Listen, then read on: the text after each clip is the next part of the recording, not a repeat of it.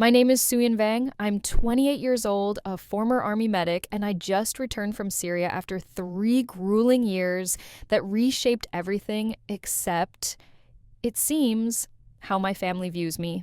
You'd expect stepping into your childhood home, still in the boots that carried you through a war zone, would earn a nod, maybe a warm embrace. Instead, I got a sharp glance and my mom's voice slicing through the hallway like a winter gust. Did you have to show up looking like that? I stood frozen, the grit of combat still on my uniform, my shoulders aching from the duffel I'd hauled across continents.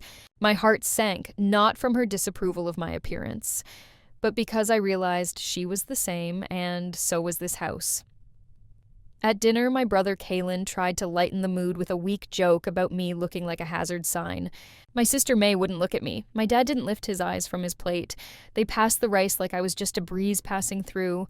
They chatted about market prices, wedding plans, and property deals, but not one word about what it's like to carry a wounded soldier while praying the chopper doesn't go down. I sat there, holding back a flood I'd learned to hide. 3 years in a war zone, and yet I felt more unseen at that table than I ever did behind a barricade in Raqqa. Have you ever walked into your own home and felt like an outsider among your own kin? Like you could shout and no one would blink? That night, I learned something no training ever prepared me for. Sometimes the real battle begins when you're standing in your kitchen, surrounded by people who know your name but don't see your wounds. For weeks, I tried to fit in. I smiled when expected, asked about May's new job, nodded through Kalen's endless talk about his tech venture, and even chuckled when Mom hummed her Everything's Fine tune while folding clothes like we were in a TV show. I kept my stories locked inside, like brittle letters never mailed. At night, I'd lie awake, the ceiling fan whirring like a helicopter blade I couldn't stop. I'd wake at 2:11 a.m., soaked in sweat, heart pounding, the echo of gunfire still trapped in my chest. Yet every morning, I'd pour my coffee and act like sleeplessness was just a caffeine issue. They didn't want to hear about Syria, not the boys I patched up under fire, not the radio that failed when we needed it most. They wanted me quiet, neat, normal, a version of myself that could sit beside the stir-fry without causing a stir. So I played the part. I hid the shakes in stillness, buried my grief with weekend meals. But silence isn't healing. It's not peace. It's just another uniform woven from fear and shame. The longer I wore it, the more I felt myself fading, not just from the room, but from their minds. Then came Grandma's memorial service, a World War II nurse, a true hero, they said, the kind of woman history remembers. I pressed my dress uniform, every crease sharp, every button gleaming, because for once, I wanted them to see me as I am. I stood in the back during the speeches, listening to my cousin Tenzin ramble about renewable energy like it was a battlefield. My other cousin Ruhan crossed his arms, as if his desk job in defense made him untouchable. When it was time for the family photo, I stepped forward, foolishly thinking I had a place. Mom touched my arm and murmured, "Let the boys stand center." They're in suits. It looks stronger, like I was just a prop. I stepped back, fading from the frame again. After the service, we gathered at Aunt Yara's for noodles, tea, and small talk. You'd think someone might ask what it was like to be back, or even just say, "Good to see you, Suyin." But no, the conversation drifted from university rankings to home renovations and Kalen's latest crypto scheme. I could have been a stranger in uniform, not family. Still, I tried. Over paper cups and jasmine tea, I shared a light story about stitching up a teammate in a Humvee, speeding through Aleppo, joking about using duct tape when supplies ran low. Halfway through, Mom sighed. "You've told that one already," she said, picking at her spring roll. "You make it sound like you were out there fighting, sweetheart. You were a medic. You handed out bandages." Her words hit harder than any blast. Bandages. That's what she thought I did. Not holding a soldier's life together with shaking hands, screaming for a chopper that never came, not dragging 3 men from a collapsed building before it buried them. I didn't argue. What was the point? I reached into my pocket, fingers brushing the folded nitrile glove I always carried, the kind I wore when I pressed on bleeding wounds, whispering to dying soldiers that help was coming, even when it wasn't. No one saw the scar on my forearm that day. No one asked its story. But Lonnie did, Ruhan's daughter, 17, quiet, watching everything. Under the table, she slid me a folded note. No words, just a look and a gentle nudge. When I opened it, it read, "What did you really do over there, Aunt Suyin?" I didn't answer, just smiled and tucked the note into my hand like it was air to breathe. For the first time since I'd been back, someone wanted the truth. It came on a Wednesday, a quiet afternoon with clouds heavy in the sky, leaves skittering across the driveway. I was sorting mail, Bill's store flyers, when I saw it, a navy blue envelope, thicker than the rest, a gold Department of Defense seal gleaming in the corner. I held it in the kitchen, heart racing, half expecting it to be a mistake or another funeral notice. But when I opened it, my breath stopped. An invitation to a Pentagon ceremony for distinguished female veterans. My name, Suyin Vang, written with honor. I held it like it might shatter, not from the paper, but from what it meant. For the first time since coming home, someone outside this house said, "You did something that matters." That night at dinner, I waited for a pause in the chatter about Kaylin's gym routine and May's blog stats. "I got something today," I said softly. Mom didn't even look up. "Coupons?" Mom said, not looking up. "No," I said, voice steady. "An invitation from the Pentagon. They're holding a ceremony for me."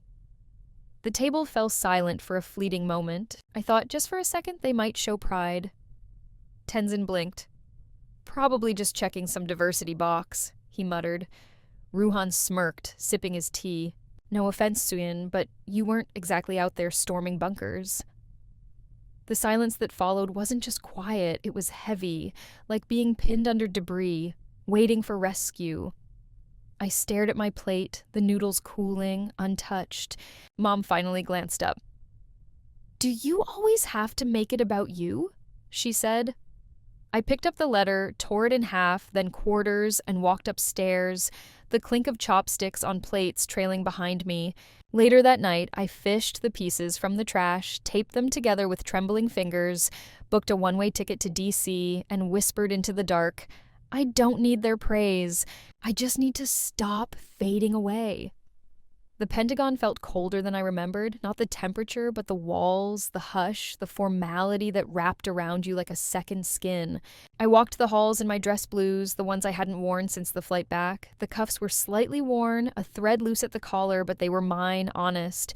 No reserved seat, no sign with my name. I sat in the back, shoulders squared, boots polished, heart braced for indifference. The room filled with women who'd led units, commanded fleets, carved out legacies. I wasn't sure I belonged, but I was there. The announcer read names, Colonel this, General that, each met with applause. I clasped my hands, just listening, until I heard it. Sergeant Suyin Vang. Heads turned, not to the screen, but to me.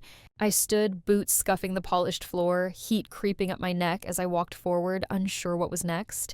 Then the screen flickered to life. Grainy helmet cam footage, me dragging a wounded soldier through rubble, shouting into a dead radio, hands slick with blood. No music, no narration, just the raw truth. And then he walked in. Not an aide, not a staffer. The president. No pause for photos, no detour to the podium. He came straight to me. "I know your name, Sergeant Vang," he said, extending his hand. "And I want this country to remember it." He wore it, the covert unit's lapel pin, the one we swore to keep hidden. My throat tightened. I took his hand. He didn't need to say more. That gesture was enough. Someone had remembered. Someone had kept my name alive when my family buried it under market gossip and crypto dreams. That night, I didn't go home. I went to see Hannah Lin, the journalist the brass feared, because I wasn't just going to be remembered, I was going to make sure no one else was erased. Hannah didn't ask easy questions, that's why I chose her. I showed up at her apartment, still in my Pentagon uniform, creases sharp, boots dusted from the walk between memory and justice. She opened the door, eyebrow raised, already sensing I wasn't there for medals. I laid it all out. Jian's letter, the suicide note they hid in a file labeled personal distress, the falsified reports marking wounded soldiers as stable to inflate success rates, my own complaints, stamped received and quietly destroyed. Hannah didn't flinch. Her fingers flew across the keyboard, asking questions sharper than any debrief I'd faced. For the first time, I wasn't afraid to answer. 3 weeks later, her headline landed like a missile. "Inside the Hidden War, the Price of Military Silence." The fallout was fierce. They called me unhinged, claimed I'd faked the footage. My clearance was yanked, VA access blocked, emails vanishing from my inbox. It was like being erased again, this time by the system. But I didn't waver, because then came the call. "This is Director Shen from Oversight. We've read the article. Will you testify?" "Yes," I said. No hesitation. I walked into that stark, windowless Pentagon room. No rank on my collar, no armor, just the truth. I placed Jian's note on the table. The room went still. Then she walked in behind me, Lyra, an army nurse, broken in ways the VA refused to name. Shaking but steady, she faced the panel and said, "Suyin saved my life. If she's a liability, I wish every war zone had her." They couldn't dismiss it now. Not with evidence, not with witnesses, not with names and stories finally spoken aloud. Colonel Zoran, who'd told me to tough it out or go home, was relieved of command. My record was restored. The silence that once choked us cracked like a storm breaking. They used to say silence was strength, that keeping quiet would let things settle. But silence didn't shield me, it nearly buried me, not anymore. The G&L. Veterans Resilience Center now stands on a quiet plot in North Carolina where Grandma's old farmhouse once stood. The oak she planted still looms over the lawn, its bark scarred from a lightning strike, its roots unyielding like us. We built it with donations, grants, and something rarer, truth. No files marked stable here, no hushed orders to endure. Every hall rings with voices that once had no room to speak. At the opening, I stood beside Lyra, the nurse they called too weak to testify. She cut the ribbon, tears in her eyes, and told the crowd, "This isn't just for Jian. It's for every soldier who thought their pain didn't matter." The plaque out front reads, "Honor begins with truth, and truth begins with one voice refusing to stay silent." That evening, as the crowd dispersed and cameras stopped flashing, I walked through the empty conference room alone. The lights buzzed faintly. On the table sat a single blank folder waiting, not to bury a report, but to hold someone's story. I pulled out my journal, carried from Syria to Springfield to DC, and wrote. They tried to erase me from the picture. For a while, I believed them. But today, I stood in a building that exists because I spoke. I became the person I needed when I came home, and that is enough. Outside, the American flag fluttered in the breeze, not for display, not for agenda, just because the wind kept stirring. Like me, like all of us who returned, not just from battle, but from the shadow of being forgotten afterward.